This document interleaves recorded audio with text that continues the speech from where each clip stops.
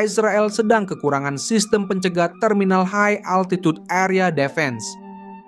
Ketika rudal balistik Iran menghantam kota-kota Israel pada bulan Juni, Amerika Serikat meminta Arab Saudi menyerahkan pencegat tersebut guna membantu sekutu Amerika yang membutuhkan. Namun, tanggapan Riyadh adalah tidak. Menurut dua pejabat Amerika yang mengetahui perundingan tersebut kepada Middle East Eye, "Selama perang, kami meminta semua orang untuk berdonasi," ujar seorang pejabat Amerika kepada MEE. Dia menjelaskan, "Ketika itu tidak berhasil, kami mencoba membuat kesepakatan.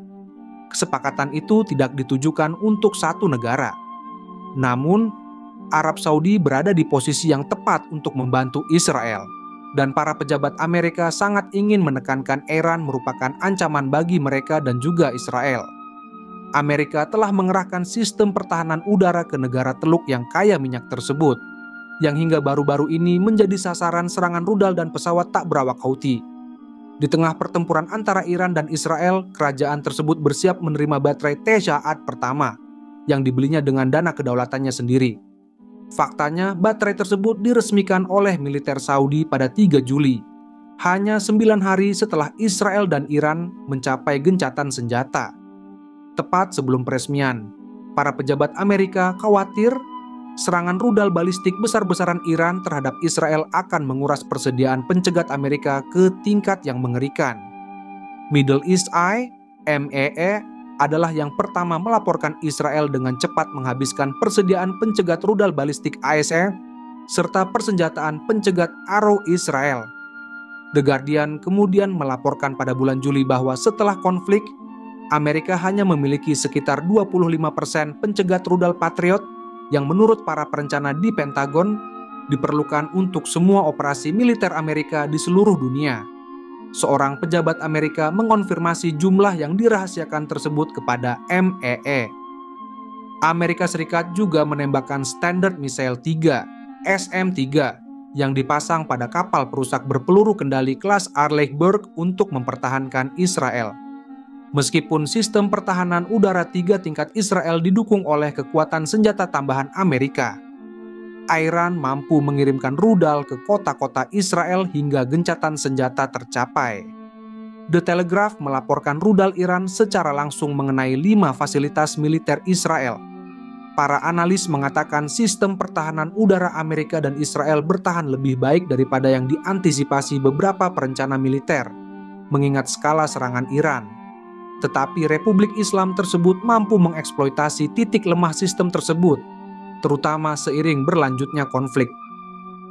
Kelemahannya adalah sistem ini berisiko kehabisan amunisi. Kami hanya memiliki sedikit pencegat dan kemampuan untuk memproduksinya. Beberapa pejabat Amerika bahkan membahas kemungkinan mengambil alih pencegat Tesha'ad yang dibeli oleh Arab Saudi dan mengalihkannya ke Israel. Seorang pejabat Amerika mengonfirmasi kepada MEE bahwa perundingan tersebut terjadi setelah Arab Saudi menolak tawaran halus Amerika dan upaya-upaya kesepakatan. Kedua pejabat Amerika tersebut juga memberitahu MEE bahwa Amerika meminta Uni Emirat Arab untuk berbagi pencegat dengan Israel. Keduanya tidak mengonfirmasi apakah ada yang tiba. UEA adalah negara non-Amerika pertama yang membeli dan mengoperasikan Tesha'ad yang diaktifkannya pada tahun 2016. Keberhasilan Iran menembus pertahanan udara canggih Israel tidak luput dari perhatian negara-negara Teluk yang pertahanannya lebih lemah. Israel membayar harganya. Mencari-cari pencegat di seluruh dunia telah menjadi pekerjaan umum bagi segelintir pejabat Amerika. Karena sekutunya, Israel dan Ukraina, keduanya menghadapi musuh yang mengandalkan rudal balistik dan drone yang jauh lebih murah. Kantor kebijakan Departemen Pertahanan Amerika telah memimpin upaya untuk membujuk sekutu-sekutu Amerika agar berbagi pencegat dengan Israel. Namun penolakan Arab Saudi untuk membantu Israel akan menyengat para pejabat di Washington. Sebelum serangan yang dipimpin Hamas pada 7 Oktober 2023 di Israel Selatan, Amerika berupaya mengintegrasikan sistem pertahanan udara Israel dengan sekutu-sekutu Teluk sebagai bagian dari NATO Timur Tengah yang banyak digembar-gemborkan. Sebaliknya, negara-negara Teluk tidak ikut campur dalam konflik Israel-Iran dan merasa terbukti benar bahwa mereka telah menghidupkan kembali hubungan dengan Republik Islam Iran menurut para analis di kawasan tersebut kepada MEE. Pemerintahan Trump masih mengatakan ingin menjadi perantara kesepakatan normalisasi antara Israel dan Arab Saudi.